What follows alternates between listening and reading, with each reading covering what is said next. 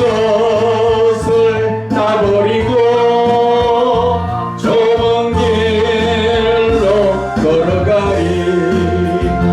주의 뜻을 따르며 사명의 길 가는 것이 영광의 길이기에 기뻐하며 가리라. 십자가를 지는 것이 힘들고 어려워도 주님 위한 것이라며 내가 지고 따르리라. 나를 부인 못하면 갈 수 없는 길이기에 죽음을 두려워 말고 가야만 하는 길. 주의 영광 위하여 사명의 길 가는 것이 생명의 길이기에 순종하며 가리자. 사명자의 가는 길이 외롭고 쓸쓸해도 주님께서 힘주시니 이기며 가오리다. 주를 사랑하느며 갈 수 없는 길이기에 오직 예수 한 분만을 위하여 가는 길. 세상 모든 것들을 배설물로 여기고 십자가만 자랑하고 주를 위해 살리라.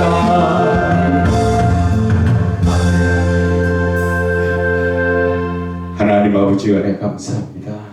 저희들이 아버지 하나님 진정으로 십자가를 바라보며 주님께서 인정해 주시는 기뻐하는 아버지의 온전한 믿음의 길이 될 수 있도록 저희들이 주 안에 있고 주님의 말씀이 저희 안에 거할 수 있도록 이 시간 사위의 하나님, 이 자리에 임재하신 주님, 저희들 심령 위에 함께하여 주시옵소서.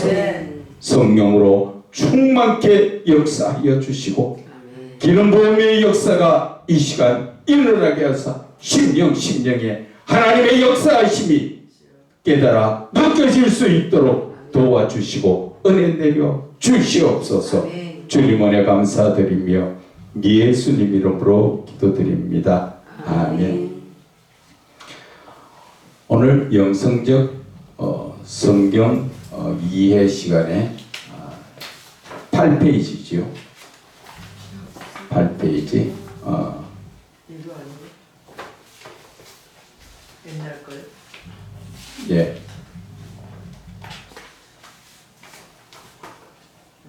팔 페이지. 성경적 영성의 바른 이해. 이건가? 8페이지. 바른 이해? 예, 바른 이해. 그게 요한복음 8페이지 보면 1장 9절의 말씀이죠. 8절 1절? 요한복음 1장 1절요? 요한복음 1장 9절 말씀이죠. 8페이지. 8페이지인데 예. 이거 아닌가? 제목을 보세요.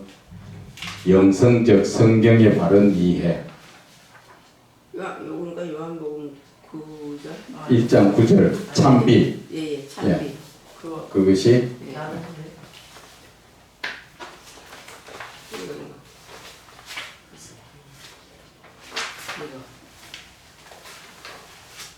없어.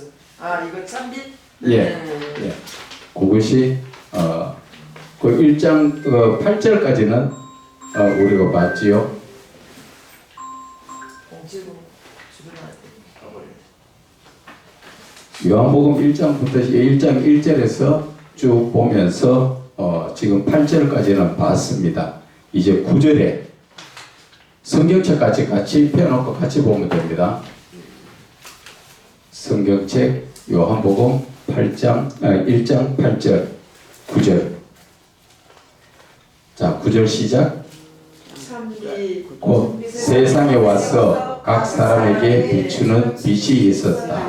여기에서 참빛이라는 자체는 예수 그리스도의 생명의 빛을 말씀하시죠. 즉 죽을 수밖에 없는 죄인의 죄를 사함으로 말미암아 생명을 주시는 빛, 이 빛이 참빛이라는 것이지요. 그래서 믿는 자 누구에게나 밝게 비춰주셔서 어둠인 사탄의 세력을 물리치고 구원을 이루며 영생을 주시는 예수님의 사랑의 은혜의 이 빛이 바로 영적인 빛을 말씀드린다, 그 말씀이지요. 그래서 우리가 이 참빛이 곧 세상에 와서 각 사람에게 비추는 빛이었다. 누구나에게 다 구원의 역사가 일어나도록 하나님께서 예수 그리스도를 이 땅에 보내셔가지고 우리에게 생명의 빛, 구세의 빛을 주셨다, 그 말씀입니다.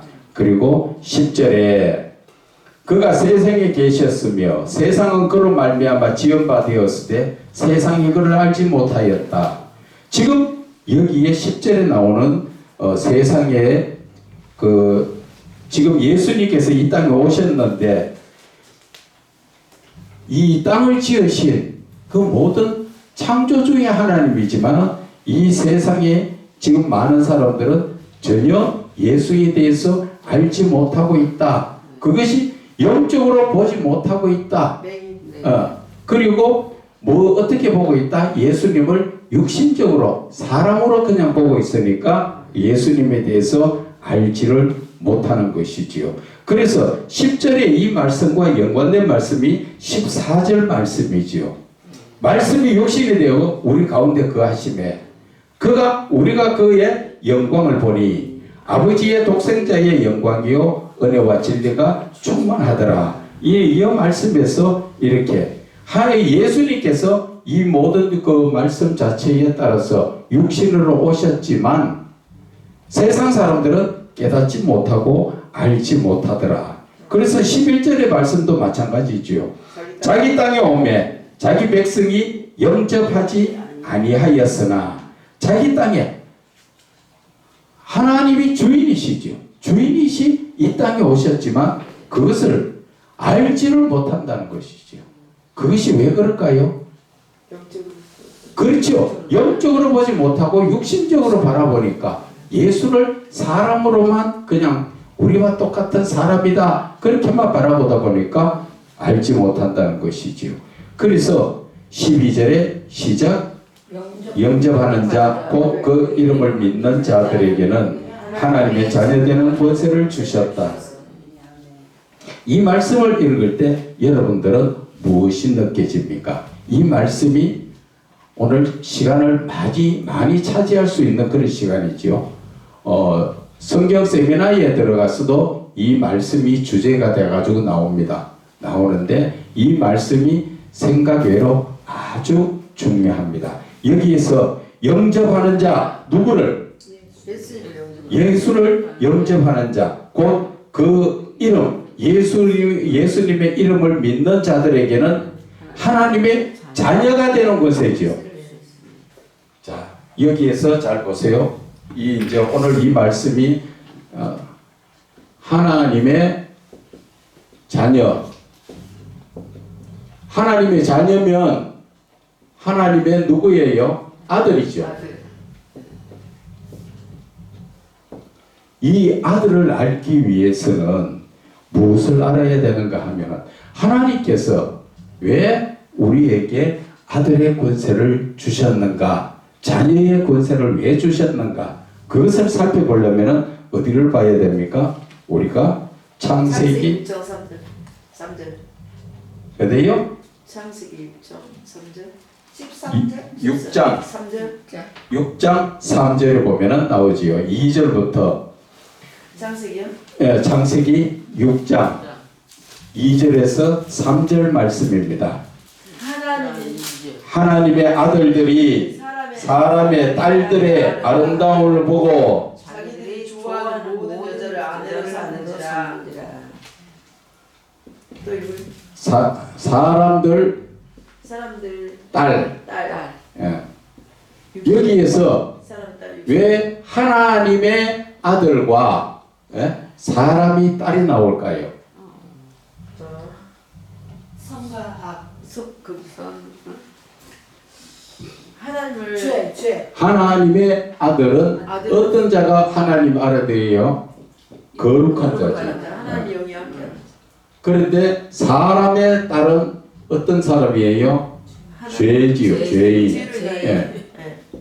이것이 하나님의 아들은 거룩한 자로서 하나님의 아들이라고 합니다.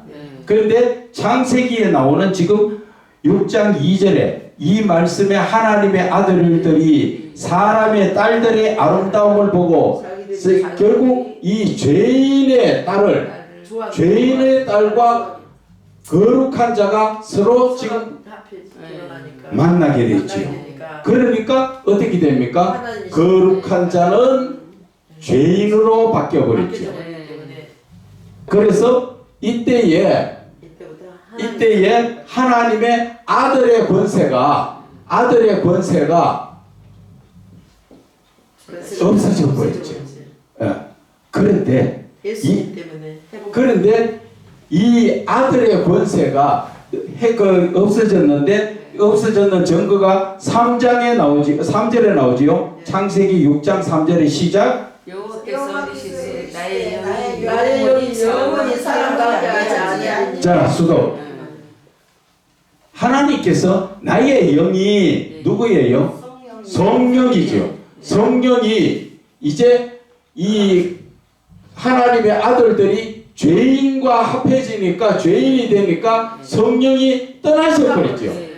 성령이 분명히 떠나셨죠.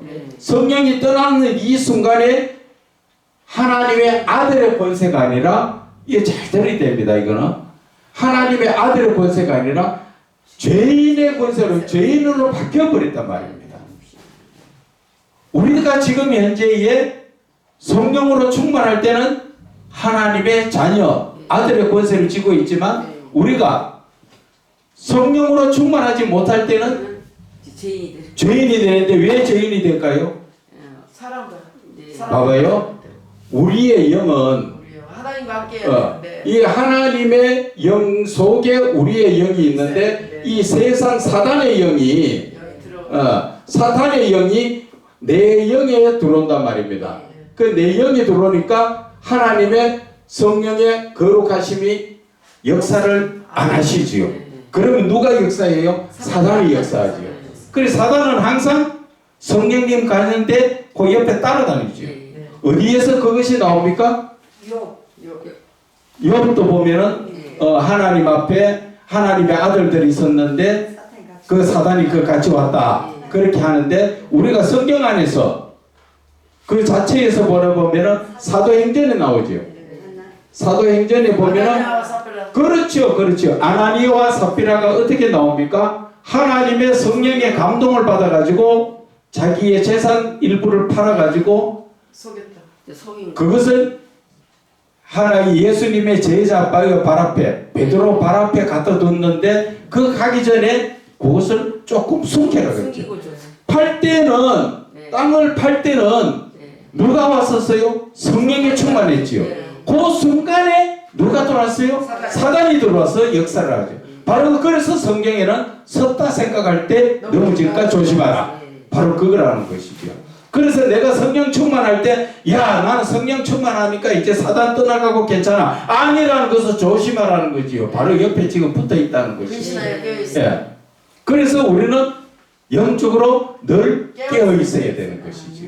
자, 그런데 여기에서 우리는 죄인이 되어서 성령이 떠나가셨지요. 네. 그런데 언제 성령이 돌아오십니까? 예수 그리스도 십자가에 성경 말씀으로. 말씀으로 어디에? 우리 가운데 오셨어요. 로마서 8장 14절. 자, 하나님의 하나님 로마서 8장 14절에 하나님의 영으로 인도함을 받는 자가 하나님의 아들이라. 아들이라 성령 하나님의 영으로 인도함을 받는 사람은 하나님의 아들이라. 그렇죠. 하나님의 아들의 역사가 여기에서 이 거룩성이 죄인하고 섞어지는 바람에 우리가 거룩성이 죄성으로 바뀌어 버렸죠. 그런데 이 죄성이 다시 예수 그리스도로 말미암아 권세를 회복하도록 성령님이 도와주시고 우리가 예수를 믿음으로써 요한복음 1장 12절에 나오지요. 영접하는 자 그 이름 믿는 자. 바로 방금 우리 본문에 읽었던 게 그거잖아. 영접하는 자, 곧 그 이름을 믿는 자가 하나님의 자녀. 그 권세를 주셨는데 확실한 그 권세는 성령이 임하셔야 된다. 이제 이해 가십니까? 아멘. 예. 이렇게 하나님의 아들에서 이렇게 사람의 죄인의 모습에 왔다가 하나님께서는 다시 우리에게 성령을 주심으로써 하나님의 아들의 권세를 회복시키지요. 하나님의 아들의 권세를 회복시키는 겁니다. 그래서 우리가 이 창조의 목적에 보면은 자, 창조의 목적 하나님의 자녀였지요. 그 아들이었던 것이 사람의 딸들과 혼인을 함으로써 섞어짐으로써 죄인이 되었다가 이제 죄인의 입장에서 계속 살지요. 구약 성경 전체를 죄를 지었다가 또 혼났다가 하나님 은혜로 받았다가 그것을 말라기까지 계속 해 나가지요.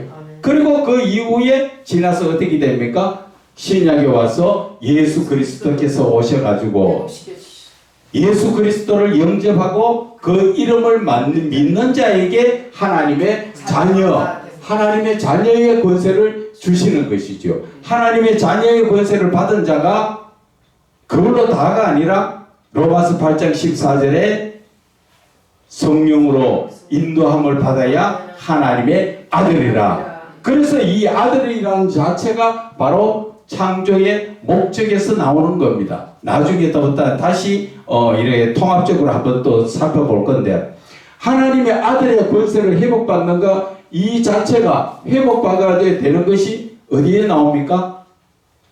요한계시록 21장 7절 이기는 자는 이것을 상속으로 받으리라. 그것은 후에 생명수 샘물을 말씀하시고 나는 그의 하나님이 되고 그는 나의 아들이 되리라. 이것이 바로 하나님의 창조의 목적이라. 다시 한번 하나님의 아들에서 다시 한번 아들로 인해서 우리가 하나님 나라에서 영원히 산다는 것이지요. 아멘. 그래서 우리가 이기라는데 무엇을 이겨야 됩니까? 요한계시록 그 21장 7절에 말씀하는 것이 이기는 자라. 세상을 이기는 것이지만 세상 안에서 좀 더 구체적으로 말하면 죄를 이기는 거죠. 죄악된 것을. 그래서 우리가 죄악을 이기기 위해서는 어떤 삶을 살아야 합니까? 그것은 바로 마태복음 16장 24절에 누구든지 나를 따르려거든 자기를 부인하고 자기 십자가를 지고 그렇죠. 첫째는 내 자신을 부인하라는 것이죠. 내가 세상 사람이 아니라는 것이죠. 우리는 세상에 살고 있지만 하나님의 시민권을 받은 자지요. 하늘의 시민권 받은 자. 우리는 특별한 택함 받은 자잖아요. 그런데 우리 택함 받아가지고 안 믿는 사람하고 도저히 섞여가지고 그래 살라 합니까? 그래서 안 되지요. 그래서 나이 든 권사님들이 아들 장계 보낼 때 잘 들어보세요. 나이 드신 권사님들이 교회 안에서도 자기 아들을 장계 보낼 때 누구 집에 그 시에 딸이 있는데 거기에 예수 잘 믿냐 안 믿냐 그걸 보지요. 왜 그럴까? 자 여기에서 답이 나오잖아. 거룩한 자가 잘 안 믿는 죄인하고는 안 맞춰주려고. 그래서 안 믿는 사람하고 결혼 안 시키려고 하지요. 그래도 예수를 믿어도 더 잘 믿는 사람 찾지요. 바로 이런 영적 원리가 있기 때문에 그렇다는 것이지요. 그래서 우리가 성경 자체를 가만히 깊이 보면은 참 파면 팔수록 그 깊은 우물의 맛이 더 깊을수록 더 깊은 맛이 난다는 것이죠. 그래서 우리가 이 창세기를 좀 이렇게 잘 강의를 하고 설교를 해주면 좋은데 대부분 창세기는 그냥 뭐 그렇더라 하고 지나가는 이야기식의 그런 식으로 많이 하지요. 그래서 우리가 성경 한 구절을 볼 때 오늘 지금 요한복음 1장 12절을 봤을 때 지금 창세기에서 요한계시록까지 다 나왔지요. 그래서 이 말씀을 볼 때 깊이 보면은 하나님이 그와 연관된 말씀을 자꾸 주신다는 것이지요. 그래서 우리가 이 말씀을 볼 때 성경 한 구절을 보는 게 아니라 우리는 계속 그 말씀 속에서 연관된 것을 봐야 돼요. 그렇게 하려면 어떻게 합니까? 묵상을 해야 되죠. 하나님, 이 말씀 무슨 말씀이세요? 하나님, 이 말씀은 무슨 뜻입니까? 하나님, 이 말씀 왜 주셨습니까? 하나님, 이 말씀과 연관된 말씀이 어떤 것입니까? 이것이 바로 강해 설교에서 나오는 바로 한 거 바로 그거예요. 그래서 이 강해 설교를 할 때 하나님 앞에 많이 묵상을 해야 되고 또 많은 묵상을 하고 많은 말씀이 또 내가 생각나려면은 내가 평상시 성경 말씀을 많이 읽어야 됩니다. 그럴 때 그 말씀이 읽을 때는 아무것도 생각 안 나고 모르지만 성령께서 필요한 자리에 딱딱딱 생각나게 해서 말씀을 다 성령이 가르쳐 주십니다. 그래서 그 성령이 또 그 말씀을 연관된 말씀을 주시면 하나님 이 말씀이 무슨 말씀입니까? 하나님의 자녀되는 권세 주셨는데 거기에 성령으로 로마서 8장 14절 성령으로 인도함을 받는 자가 하나님의 아들이라. 그럼 성령으로 인도함 받는 게 어떤 겁니까? 또 그렇게 그 하나님 앞에 무릎에서 그럼 어떻게 성령을 인도함을 받아야 됩니까? 또 그것이 또 묻고 들어가는. 그걸 내가 깨달은 걸 갖다가 그대로 설명하면은 영적인 강의 설교가 저절로 나오는 거예요. 그래서 우리가 설교를 이게 바르게 이 강의 설교를 배우고 강의 설교에서도 영적인 묵상 설교를 묵상을 많이 하면은 설교가 한편은 그저 저절로 나오지요. 그래서 오늘 이 방금 받는 하나님의 자녀가 되는 권세는 지금 다시 우리 자료로 봅니다. 창조의 목적과 자녀의 중요성을 지금 하나님이 말씀하시는 것이죠. 왜 하나님의 자녀가 되는 권세를 받아야 하는가? 그것은 창세기 조금 전에 봤는 것처럼 6장 3절에 여호와께서 이르시되 나의 영이 사람과 함께 하지 아니하리라. 하나님의 자녀가 아니니까 하나님의 자녀라는 그 권세가 무엇으로 뛰어 나타납니까? 거룩성을 말하죠. 거룩성. 네가 거룩할 때 성령님이 함께 해주신다는 것이죠. 그러나 거룩하지 않을 때 성령이 떠나가시는 것이죠. 그것을 우리가 영적인 원리를 알아야 된다는 거죠. 한번 성령이 오셔가지고 내 마음속에 내가 나쁜 짓 하든 좋은 짓 하든 막 그냥 계시는 것이 아니라 오늘 이 말씀 자체에 보면은 성령이 떠나가시잖아요. 죄인의 죄가 들어오면 성령은 역사하시지 않는다는 것이죠. 그래서 우리가 죄에 대해서 내 자신을 잘 영적으로 살펴야 되지요. 그래서 성령님이 인간의 죄로 인하여 함께 하시지 않고 떠나가신다는 말씀은 근본 창조 때에는 죄가 들어오지 않았던 에덴 동산 때에 하나님의 아들의 권세로 살았지만 죄를 범함으로 인하여 하나님의 아들의 권세도 이런 것이다. 이해가 갑니까? 하나님께서 아담 하와를 처음에 지으셨을 때는 거룩하게 지었지요. 그러다 보니까 하나님이 에덴 동산에서 동행하는 삶을 살았잖아요. 그래서 하나님이 그 아담에게 짐승을 지어가지고 이름을 어떻게 부르는가? 그 데려다 놓으니까 부르는 게 이름이 되었더라. 그 부르는 그것이 지혜가 어디서 나와요? 하나님이 주신 거잖아. 그것이 바로 하나님의 형상 속에 있는 하나님의 성품 속의 일부분이라는 것이지요. 그래서 하나님께서는 우리에게 상상도 못할 하나님의 엄청난 형상의 성품을 우리에게 주셨는데 우리는 그것을 왜 사용하지 못합니까? 그렇죠. 바로 죄로 인해서 지금 그 하나님의 거룩성이 죄성으로 바뀌어버리니까 성령에 떠나가셔 버리잖아요. 그런데 하나님께서 주신 사랑으로 아담과 하와가 벗었으나 서로 바라볼 때 부끄럽지 않은 건 뭐예요?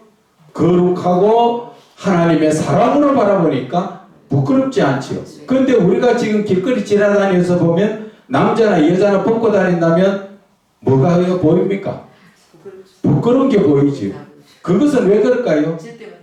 내 속에 이미 먼저 죄가 들어있다는 얘기예요. 그것을 아셔야 돼요. 내가 빨간 선글라스를 끼고 다른 사람을 보면 다 빨갛게 보입니다. 그렇죠? 내가 맑은 그 안경을 끼고 보면 다 깨끗하게 보이죠. 그것처럼 내 속에 죄가 거하느냐 거룩성이 있느냐 그거지요. 그래서 하나님의 사랑도 아가페적 사랑. 하나님의 사랑은 우리가 그 고린도전서 13장에 말씀하지만 하나님의 사랑은 내가 받는 사랑 아니에요. 그냥 온전히 주는 사랑. 예수님께서 우리에게 한없이 부어주신 그 사랑이에요. 그런데 우리는 자꾸 사랑을 받으려고 하지요. 받는 거는 하나님께 받으면 돼. 사람한테는 그 사랑을 받는 게 아니라 주는 거예요. 주는 거. 그래서 사랑은 사랑 나왔으니까 사랑 잠깐 이야기하고 갑시다. 사랑은 어떤 겁니까? 첫째 말씀이 사랑은 오래 참고. 자, 오래 참고 하나만 적어봅시다. 오래 참고 이 안에 다 들었으니까. 오래 참고 이 안에 보면은 오래 참는 게 뭡니까? 첫째, 이해해야 되겠지요. 둘째, 용서. 셋째, 배려. 넷째, 나눔. 이렇게 되는 거예요. 이 오래 참고 하는 자체가 내가 성질 나가지고 뭐 아내나 남편이나 뭐 잘못하니까 내가 화가 나가 막 그거 할 걸 내가 참아준다 그런 게 아니라는 것이지. 어떤 분은 지금 현재 제가 저번에도 한번 말씀드렸는데 여러분들 가정에 아주 귀한 보물이 한 게 있어요. 그 뭐 항아리라 합시다. 그게 한 10억짜리가 있어요. 그리고 그 10억을 주고 이렇게 두고 늘 보면서 귀하게 보는데 가정에 일하러 오신 분이 실수해가 그 깼어요. 여러분들 솔직한 얘기를 어떻게 하겠어요? 아니 현실로 그러냐 말이야. 현실로. 아깝긴 하지만 어떻게? 대부분 물은 내라. 어떻게 할 수 없지. 그게 바로 우리가 예수 믿는 사람의 모습을 그걸로 보면 안다는 것이죠. 그보다 더 귀한 게 그 사람 생명이죠. 그 사람 없는 사람에게 일하러 다니는 없는 사람한테 몇 원짜리 어떻게 물어내면 무엇을 줘요? 할 수 없죠. 속상하지만 할 수 없죠. 그렇게 그게 바로 예수 사랑이라는 것이지요. 그러니까 그 자체가 첫째 어떻게 합니까? 아이고 실수를 했으니까 용서해주고 그리고 그를 또 이해도 해주고 배려해주니까 그냥 편안하게 이왕 깨졌는 거 그거보다도 하나님이 당신을 더 사랑해. 그 값보다도 당신이 더 비싼 사람이야. 그렇죠.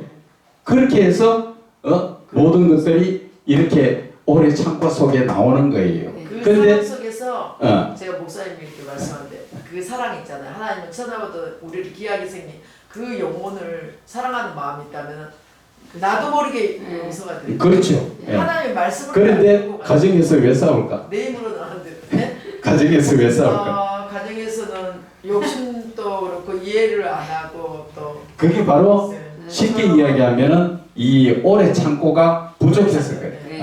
오래 참고가 부족해서 그래. 어떤 사람이 아가씨하고 총각하고 결혼을 하려고 그런 약혼한 사이인데 어디서 만나기로 했어요. 만나기로 했는데 다방에서 만나기로 했는데 자 12시에 만나가지고 식사하자 그렇게 약속을 했습니다. 그런데 남자가 그 다방에서 오기를 11시 한 40분에 왔어. 11시 한 40분에 와가 기다렸어요. 그런데 아가씨가 소식도 없고 연락이 안 오는 거예요. 그런데 나중에 화가 나가 만나기는 만나봐라. 내가 한 소리 하고 간다고 끝까지 기다리고 앉아 있었는데 아가씨가 3시 대가 왔어. 3시 대가. 그래도 찾아고 왔어. 그래 찾아고 오니까 남자가 뭐라 그랬겠어요? 말 못하지. 여러분들 입장에서 남자라면 뭐라고 했겠느냐고. 아, 지금 시계가 몇 시요? 지금 몇 시인데? 지금 몇 시인데? 이러면 어떡해요? 지금 기분 나쁘지. 기분 나쁘면 표현. 화가 화가 나. 머리 끝까지 나가 있겠지. 네. 그럴 때 먼저 뭐라고 해야 됩니까? 왜 왜 늦었느냐? 이거를 물어봐야 되지. 이해를 맞아요. 아, 그런데 우리는 왜기라보다는 내 입장에서 내가 이만큼 기다렸는데 왜 이제 오냐. 이거지. 지금 얼마나 내가 화난지 알아? 당신하고 이제 약속 안 지킨 사람하고 다시 보지 말자. 그렇게 됐지요. 끝내버려. 그래서 끝내버려가 돼버렸는데 나중에 아가씨가 변명을 하는데 지금 오다 보니까 어떤 길목에서 할머니가 갑자기 쓰러지더라는 것이죠. 그래서 그 할머니를 모시고 병원에 갔어. 병원에 가니까 참 잘 데리고 왔다고. 조금만 지났으면 골든타임을 놓쳐가 죽을 수밖에 없는. 그래서 그 아가씨가 옆에서 깰 때까지 같이 간호해주고 다 그러다 보니까 시간이 간 거야. 그래도 남자는 화가 덜 풀려서 그래도 그렇지 하면서 당신 같은 사람하고 다시 안 만나 하고 빠이빠이 했어요. 그 남자의 어머니. 쓰러진 사람이 알고 보기에 그 남자의 어머니야. 그러면은 그 아가씨가 약속 지키려고 하면 당신 어머니 죽든지 말든지 내비를 놓고 내 그냥 올까? 당신 어머니인 줄도 모르지 서로는. 나중에 알고 보니까 그런 사이에서 남자가 와서 무릎을 꿇고 빌겠지. 잘못했다고. 내가 사랑이 없고 이해하지 못하고 내가 먼저 손 내밀지 못하고 바로 그거예요. 그러다 보니까 이 사랑이 하나님의 오래 참는 사랑, 이 말씀을 이해를 하려면은 어떻게 해야 여러분들이 이 사랑에 대해서 잘 이해할 수 있느냐 하면은 이 그냥 어떻게 해야 오래 참느냐. 이제 쉽게 이야기해서 그 뇌성마비 신부가 이제 입장해가지고 들어가는데 그 신랑은 그 멀쩡한데 결혼해가 들어가면서 여자가 자기 드레스를 자기 그 발로 밟고 앞으로 나자빠졌을 때 남자가 옆에서 웃으면서 괜찮아? 일어나. 우리가 어떤데? 끌어안고 일어나서 같이 딱 붙들고들 어디 영화에 한 장면이. 영화야 실제가 그랬어. 진짜 그러니까 예. 진짜 맞아. 실제가 내 친구 동생이 그런 이 역사가 일어나. 난 그때 깜짝 놀랐어요. 왜? 그때 나는 예수 안 믿었거든. 근데 내 친구의 동생은 예수를 믿었어요. 그래서 믿는 자하고 교회 안에서 이렇게 서로 알게 돼가지고 결혼했는데 여자가 내성마비야. 그런 상황에서 봤을 때 도저히 이해가 안 갔죠. 그런데 예수 믿고 나니까 이야 그놈이 정말 예수 똑바로 믿은 놈이구나. 그것을 느꼈어요.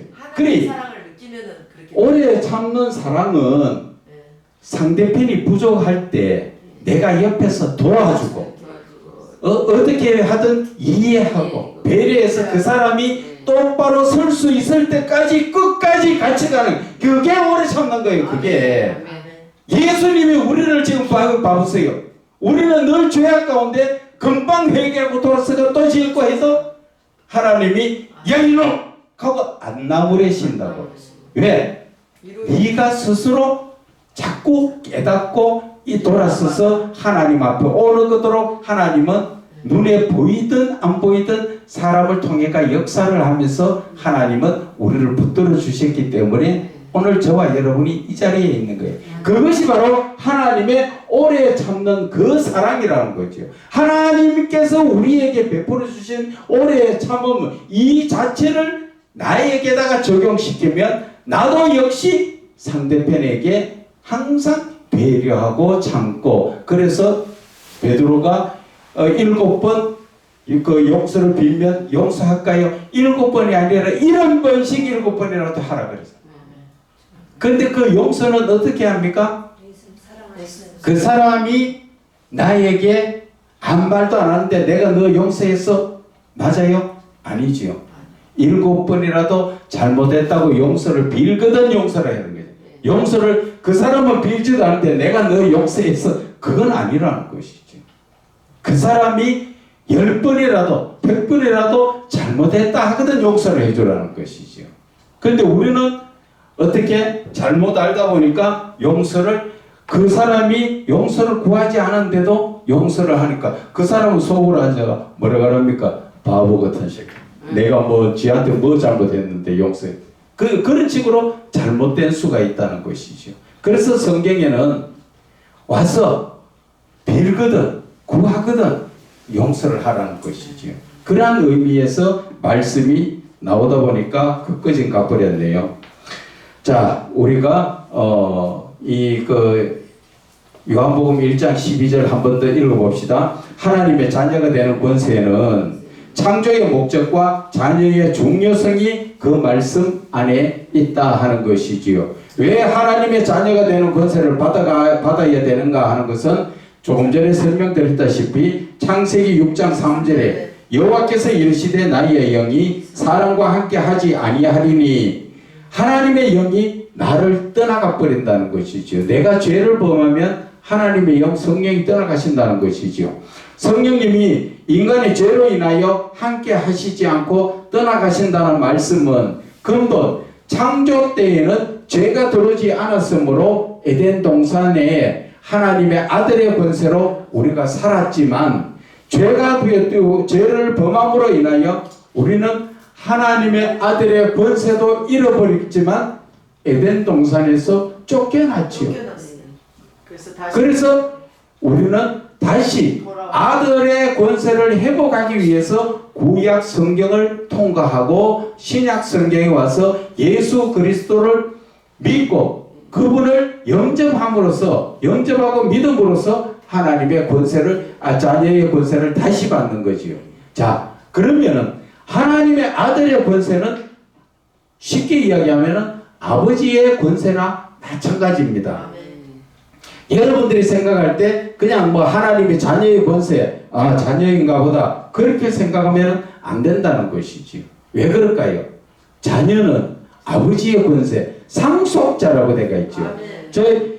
그 요한계시록 21장 6절에 보면은 내가 생명수 생물을 목마른 자에게 값없이 주리니 그 7절에 이기는 자는 이것을 상속으로 받는다.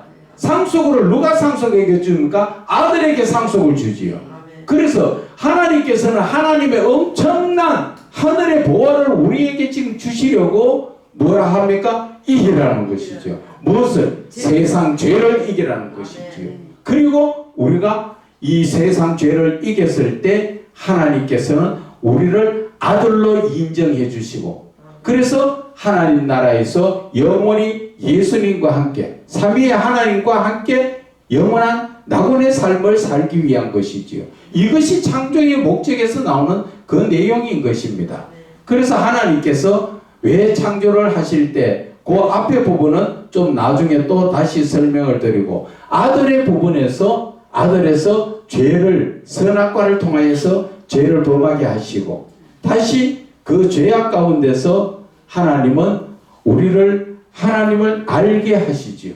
하나님을 알고 하나님에 대해서 하나님의 사람, 하나님의 아들로 만들어졌을 때 하나님은 그때서야 우리를 하나님의 아들로 권세를 주시고 영원히 사는 것이지요. 그래서 하나님 나라에서 살려고 하면은 그냥 선만 알아서 안 된다는 것이지요. 거기에서 왜 선만 알아서 안 됩니까? 죄를 알아야 더 이상 죄를 범하지 않고 똑같은 죄를 범하지 않기 때문에 죄를 알아야 된다는 것이죠. 자, 그래서 요한계시록 21장 7절에 보면은 다시 한번 봅니다. 생명수 샘물을 목마른 자에게 값없이 준다. 생명수 샘물이 뭐예요? 영원토록 사는 영생수지요. 우리가 거기에서 영원히 사는 그 샘물을 하나님께서 이기는 자에게 그것을 하나님께로부터 받는다 그 말이지요. 그래서 나는 그의 하나님이 되고 하나님이 우리에게 하나님으로 내가 너희 하나님 될 거야 인정해 주시잖아요. 그러니까 우리는 어떤 삶을 살아야 돼요? 이 땅에 지금 살고 있지만 우리는 하나님을 아버지라고 부르면은 더 이상 세상 죄악 가운데는 가지 않아야 되지요. 왜 세상 죄악에 가지 않아야 할까요? 그것은 오늘 이 자리에서 삼위의 하나님이 내 안에 들어오시기 위해서 그 하나님이 내 안에 들어오셔야 되는데 그분을 내가 모셔드리려고 하면은 죄가 있으면 떠나가 버리시잖아요. 그래서 깨끗해야 되죠. 그래서 그 하나님이 나에게 들어오셔가지고 하나님의 아들의 권세를 주시려고 하는 거지요. 자, 그래서 그러나 이 땅에 오신 예수 그리스도로 인하여 거룩하신 하나님의 아들의 권세를 회복하도록 성령님의 도우심이 바로 은혜다. 아멘. 우리가 하는 것이 아니라 그분이 해주시는 게 은혜죠. 은혜. 내가 어떻게 뭐 노력해서 되는 게 아니라 하나님께서 주시는 거죠. 나는 뭐를 하면 된다? 믿으면 된다. 자, 그래서 이제 요한복음 1장 13절 이는 혈통으로나 육정으로나 사람의 뜻으로 나지 아니하고 오직 하나님께로부터 난 자들이니라. 여기에서 말씀은 하나님께로부터 난 자는 어떤 자일까요? 그것은 바로 하나님께서 택하신 자. 그 택하신 자가 어떤 사람입니까? 예수님을 영접하고 예수님의 이름을 믿는 자가 하나님의 자녀요 하나님으로부터 난 자다. 그래서 요한복음 6장 37절과 39절에 보면은 아버지께서 내게 주신 자는 다 내게로 올 것이요. 그리고 나를 보내신 이의 뜻은 내게 주신 자 중에 내가 하나도 잃어버리지 아니하고 마지막 날에 다시 살리는 이것이다. 이것이 바로 하나님께로부터 난 자가 이런 자다. 이렇게 우리가 볼 수가 있는 것입니다. 그래서 13절을 다시 한번 보면은 우리가 혈통으로나 하는 것은 인간의 혈통으로나 또한 육정으로 사람의 육신의 관계 속에서 태어난 그런 사람이 아니라 우리는 하나님께로부터 난 자다. 왜? 어떻게 해서? 우리는 12절에 영접하는 자, 그 이름을 믿는 자들에게는 하나님의 자녀가 되는 권세를 주셨기 때문에 우리가 하나님께로부터 난 자라는 것이 바로 이 말씀이다. 그래서 우리가 말씀을 보면서 자꾸 연관된 말씀을 생각하는 것을 자꾸 습관 들여야 됩니다. 이 말씀과 비슷한 말씀이 어디 있을까 생각 안 날 때 하나님 이 말씀과 연관된 말씀을 생각해 주세요 하고 잠시 묵상을 하면 하나님께서 알게 해 주십니다. 그런데 우리가 성격이 급해가 그래 못하지요. 하나님이 전화하면 빨리 받아야 되지 전화 안 하고 전화 안 받는 것처럼 빨리. 그런데 우리는 빨리가 너무 몸이 배여가지고 맨날 바빠요. 자, 이제 1장 14절 말씀이 육신이 되어 우리 가운데 거하심에 우리가 그의 영광을 보니 아버지의 독생자의 영광이요 은혜와 진리가 충만하더라. 말씀이 육신이 되었다는 것은 어디에서 나오는 말씀입니까? 말씀이 육신이 된 것은 바로 1장 1절에 말씀은 곧 하나님이시지요. 그 말씀이 하나님께서 우리에게 오셨다. 성령으로 잉태하리라 말씀하신 그대로 말씀이 육신이 되어서 이 땅에 오신 분을 말씀하지요. 그래서 우리 가운데 지금 거하시고 있다. 아멘. 우리 가운데 거하고 계시는데 저와 여러분이 지금 입고 있는 이 육신의 옷은 깨끗합니까? 안 깨끗합니까? 육신의 저와 여러분이 이 땅에서 입고 있는 옷은 죄인의 옷입니다. 쉽게 말하면 교도소 가면 죄수들이 입고 있는 옷이 따로 있지요. 그겁니다. 아멘. 그래서 우리가 이 땅에 죄인의 옷을 벗어야 벌써요. 하나님께로 가서 영원한 옷을 입지요. 그 말씀이 어디 나옵니까? 피조물. 고린도후서 5장 1절에 이 땅에 장막집이 무너지면 그것도 있고. 하나님께서 손으로 짓지 않은 새 옷을 입고 하나님께로 간다고 되어 있지요.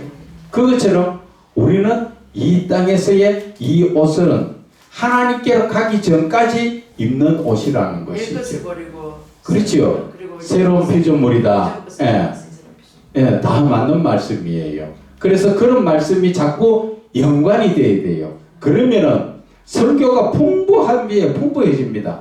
그냥 입만 열면 말씀이 줄줄 나오면서 또 연관된 말씀 가지고 그것도 살짝 또 풀어주면 그 말씀 가지고도 또 은혜가 되지요. 그래서 이 설교를 잘한다는 것은 내가 뭐 많이 배웠고 많이 연습해서 잘 되는 게 아니라 성령께서 이끌어 주시는 설교, 그분이 생각나게 하시고 그분이 주시는 말씀을 그대로 전할 때 성령이 하시기 때문에 최고의 설교죠. 바로 그거라는 것이죠. 그래서 뭐 과거에 어떤 분들은 뭐 설교 잘하시는 목사님들 거 막 설교집을 사라고 막 그렇게 뭐 몇십만 원씩 하는가 봐. 그것을 사락하고 막 그래가지고 없는 사람 힘들게 하는 그런 목사님들도 많았어요.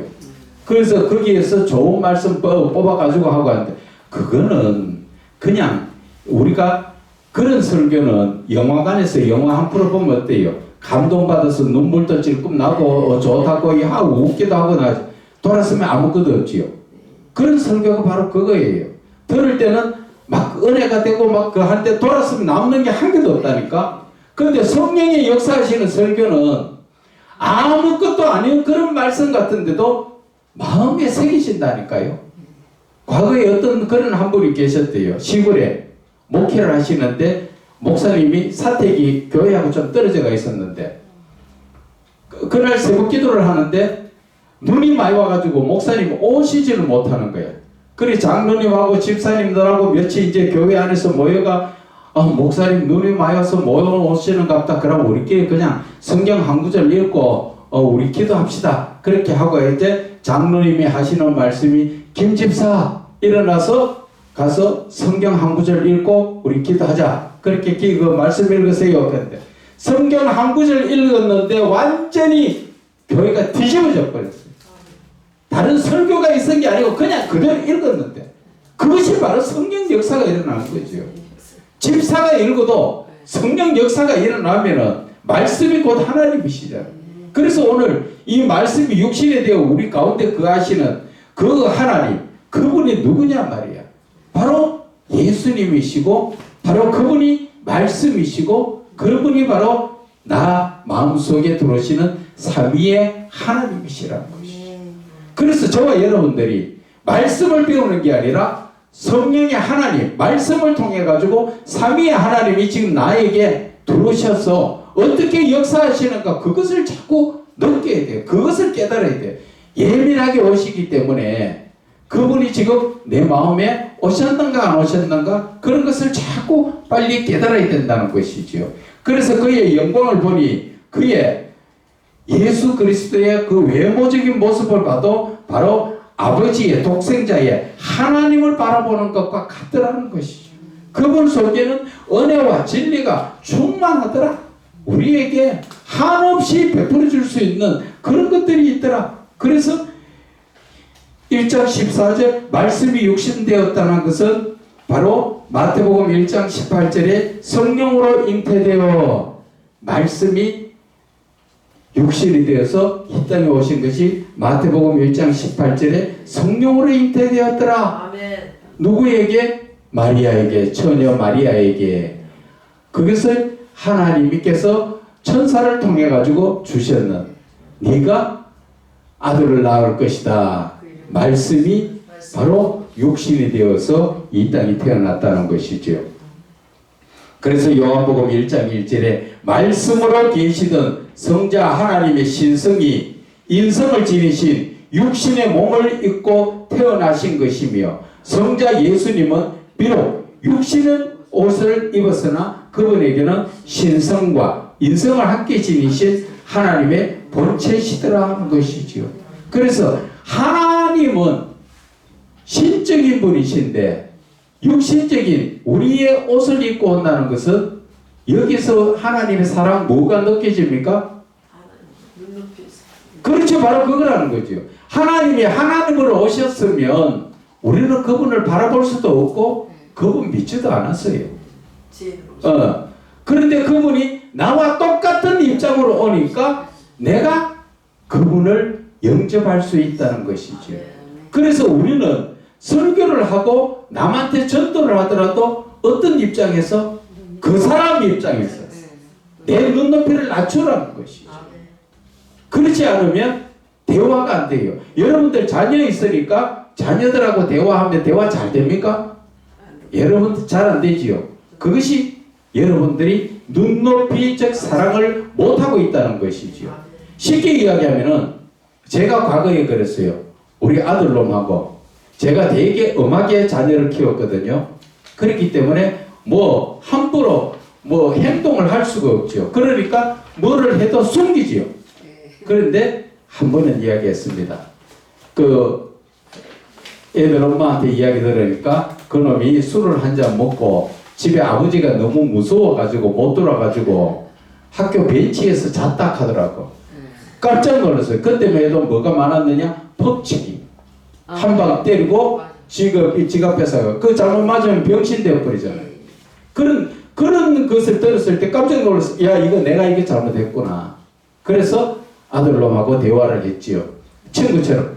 야, 내 누구야? 아버지. 아버지가 이게 때로는 아버지지만 막 친구도 되고 형님도 되고 머시마끼리 뭐든 못할 소리가 있어.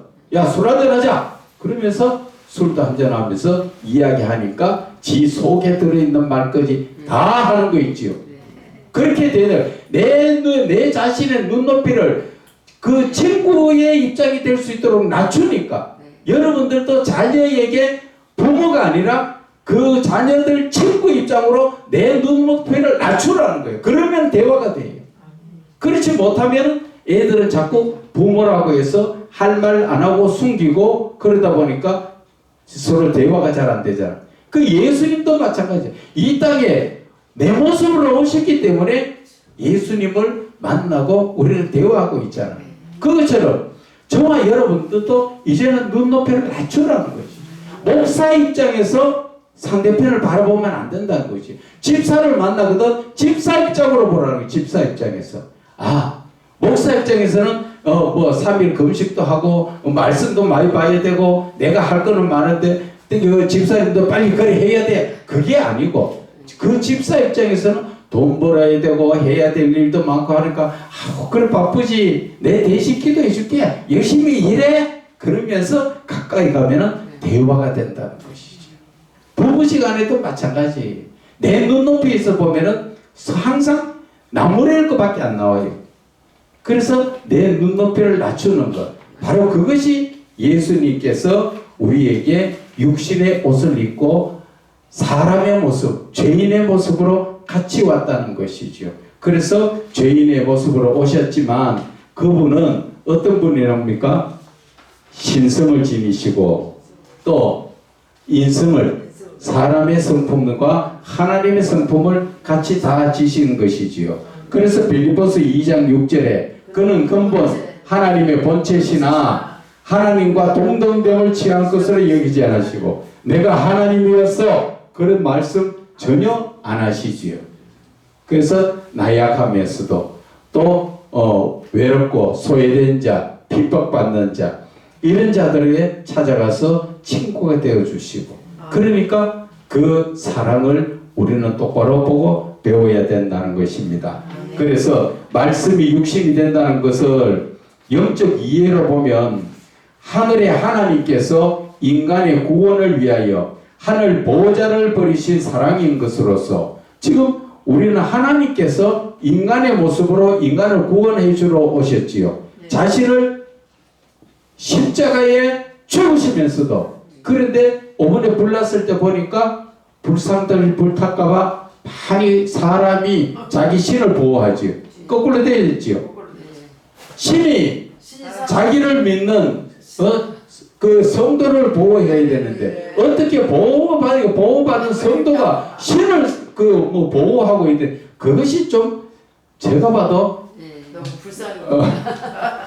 예수님은 우리의 죄를 위해서 십자가에 죽으시러 자기 자신을 버리시러 왔는데 그런데 그들은 자기 신들을 섬기려고 막 사람을 하나 살려고 더 노력을 해야지. 그렇지요. 불쌍 아무것도 아니고. 거기에 더 매이면서 어떤 그 믿는 분들은 하더라고 울더라고. 아 우리 신이 불이 안 타서 좋다고. 그래서 우리는 하늘 보호자를 버리신 하나님의 사랑을 우리는 생각해야 되고 그리고 그분은 하나님으로 오신 것이 아니라 죄인의 옷을 입으시고 이 땅에 오신 것은 인간이 죄를 인하여 당하는 모든 고난과 죄짐을 대신 지시는 사랑으로서 죄 가운데 빠져 사는 인간의 구원에 대한 눈높이 사랑. 우리는 이 목회자들의 항상 마음에 새게 될 게 눈높이 사랑입니다. 그래서 없는 아주 헐벗은 노숙자나 거지를 보면은 거기에 맞춰가 그 사람들하고 대화할 수 있는 정도로 맞춰야 되고 또 뭐 많이 배운 사람이 있으면 거기에 맞춰서 또 대화할 수 있는 그게 있어요. 그래서 목사는 만년 탤런트 어디든지 다 잘 맞출 수 있는 그런 역할을 해야 돼. 그래서 목사들이 꼭 성경도 중요하지만 세상도 간섭하라는 게 아니라 알 거는 알아라라는 것이지요. 자, 그래서 1장 14절에 그 영광을 보니 하는 것은 그 위에 눈높이 사랑은 손양원 목사 나병 환자에게 구원의 복음을 전하기 위해서 자신도 나병에 걸리는 것 같은 이것은 여러분들도 많은 말씀 들어봤죠. 손양원 목사님이 그게 나병 환자촌에 복음을 처음에 전하러 들어가니까 거절하고 받아들이지 않으니까 거기에서 아예 자기가 빌붙어 가지고 거기서 생활을 하면서 그 사람들의 고름이 줄줄 흐르는 걸 입으로 빨아내 주가면서 그래 살다 보니 자기도 거기서 금방 나병이 들었지요. 그러다 보니까 그 사람들이 자기하고 같은 입장이 되니까 인정을 하잖아요.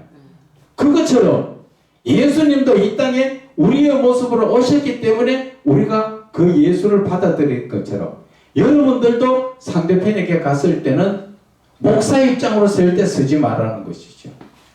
그 사람의 대화를 할 수 있는 그 사람 친구가 될 수 있는 그런 입장으로 내 자신을 철저히 낮추어라 하는 것입니다.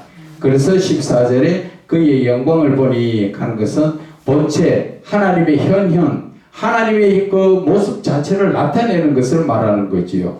그래서 나타내심의 표현이고 육신의 하여 예수님을 보는 것이 눈에 보이지 않는 하나님 아버지를 보는 것과 같다라는 영적 표현이 그의 영광을 보는 것이다. 그래서 영광이라는 것은 거룩한 빛을 말하지만 육신의 눈에 비춰지는 빛이 아니라 마음의 영적으로 느껴지는 거룩한 하나님의 신적 성품을 말씀하신다는 것을 우리가 깨달아야 됩니다. 그래서 우리가 거룩하다 거룩하다 거룩하다 천국에서 하나님을 향하여 우리가 부르니 찬양이 바로 거룩하신 것이다.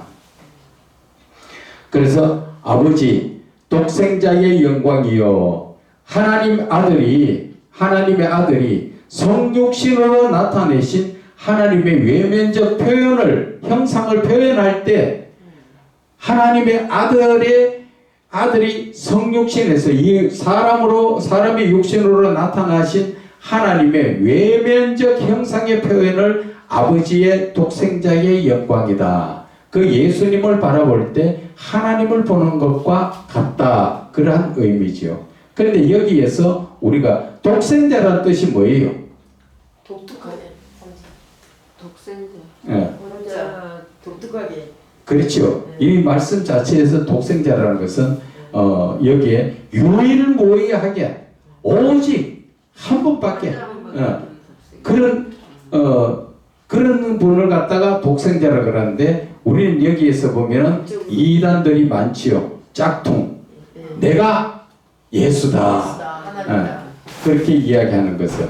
그래서 인간적 이해로서는 하나님의 아들이라는 말을 하나님이 아들을 낳으신 것으로 오해하기 쉽지만 하나님께서 아들을 낳아서 독생자를 하는가 그렇게 이해하는 사람들도 있다는 것입니다. 그래서 성경에서 독생자라는 의미는 유일무이하게 오직 이 세상에 둘도 없이 하나밖에 없는 그러한 뜻으로 어떤 대상과도 비교할 수 없는 독특한 자라는 그런 의미라는 것이지요. 독생자라는 의미가 이 세상에서는 그런 분이 둘도 없다. 그렇게 독특한 분이시다 하는 것을 우리가 독생자라는 의미로 독생자 하나님은 온 인류 구원을 위해 이 땅에 유일하게 하나님의 아들로서 보내심을 받으신 분 그것이 바로 독생자라는 온전한 그 영적 의미지요. 독생자 바로 하나님께서 우리의 구원을 위해서 이 땅에 보내심을 받으신 분이다. 그것을 우리가 그렇게 이해하는 것이 올바른 것이다. 그래서 14절 은혜와 진리가 충만하더라. 그것은 하나님의 사랑의 신적 성품으로서 인간에게 값없이 베푸실 참된 사랑의 영적 선물을 이야기하는 것이다. 은혜와 진리가 충만하더라. 그분에게만 있는 것이 아니라 그것을 우리에게 주시려고 하는 것이다. 그러한 것으로 우리가 깨달아야 된다는 것이죠.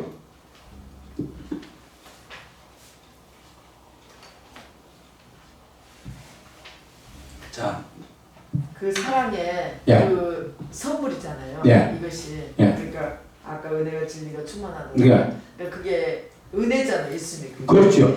예. 예. 그게 우리에게 이제 하나님이 선물로 주신다는. 그렇죠. 진리의 모든 것, 예. 진리뿐 아니라 예. 하나님이 가지고 계신 모든 것들을 우리에게 그 사랑. 상속자로 주시려기 위해서 그래서 아들을 삼으신 것이 그것이 은혜더라. 아멘. 우리가 어떻게 행동을 잘해서 받은 것이 아니라 하나님께서 값없이 그저 주신 것이다. 그래서 1장 15절에 요한이 그에게 대하여 정언하여 외쳐 이르되 내가 전에 말하기를 내 뒤에 오신 이가 나보다 앞선 것은 나보다 먼저 계심이라 한 것이 이 사람을 가리킵니다. 지금 요한이 뭐라고 합니까? 나보다 먼저 계셨다. 그렇게 말씀하셨죠. 그런데 요한복음 1장 30절에 내 뒤에 오는 사람이 있는데 나보다 앞선 것은 그가 나보다 먼저 계심이라 한 것이 이 사람을 가리켰다. 지금 요한은 어떤 사람이에요? 6절에 나오죠. 6절에 요한복음 1장 6절에 하나님께로부터 보내심을 받은 사람이라서 하나님 나라에 함께 있었지요. 있었기 때문에 예수님이 자기보다 먼저 계셨던 분이라는 것을 이미 알고 있었다 했어요. 그래서 앞뒤의 말을 갖다가 다 인용을 잘 하니까 요한은 하늘에서 심부름꾼으로 그의 아버지 사가랴로 인해서 왔다. 그죠? 이 땅에 그렇게 심부름꾼으로 왔다. 그것을 이제 말씀하시는 것이죠. 그래서 우리가 이 말씀을 볼 때 항상 말씀 자체를 앞과 뒤를 잘 이렇게 연관시켜서 봐야 됩니다. 그리고 그렇게 봐야 그리고 또 딴 데 연관된 말씀이 있으면 찾아서 봐야 되지요. 그래서 내 뒤에 오는 사람이 있는데 그것이 요한복음 1장 30절에 나오는 말씀이지요. 나보다 앞선 것은 그가 나보다 먼저 계심이라. 그래서 그렇게 계심이라 한 분 사람이 바로 이분이다. 누구? 바로 예수님이시다. 그래서 자 1장 16절에 우리가 다 그의 충만한 데서 받으니 은혜 위에 은혜로다.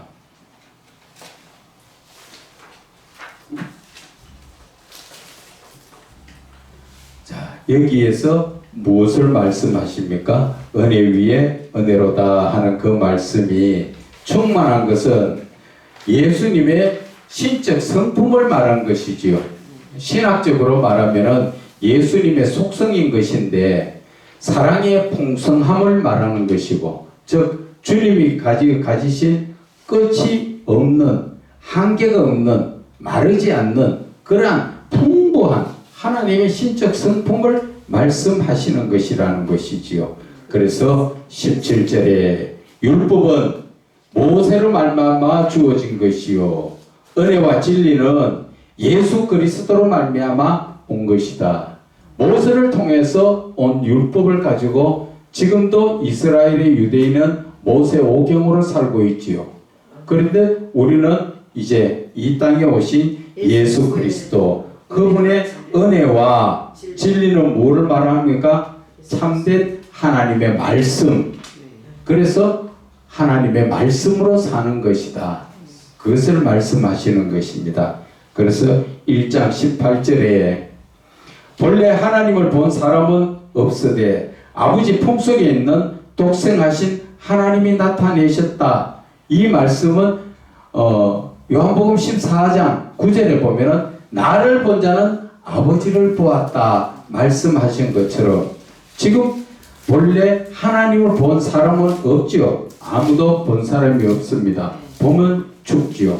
그래서 아버지 품속에 있는 독생하신 하나님이, 독생하신 예수님이 아버지를 나타내셨다 하는 것을 말씀하여 주시는 것입니다. 자, 오늘은 여기까지입니다. 그런데 혹 오늘 말씀 중에서 궁금한 거 있거든 빨리 질문하시기 바랍니다. 질문 없으면 끝내겠습니다.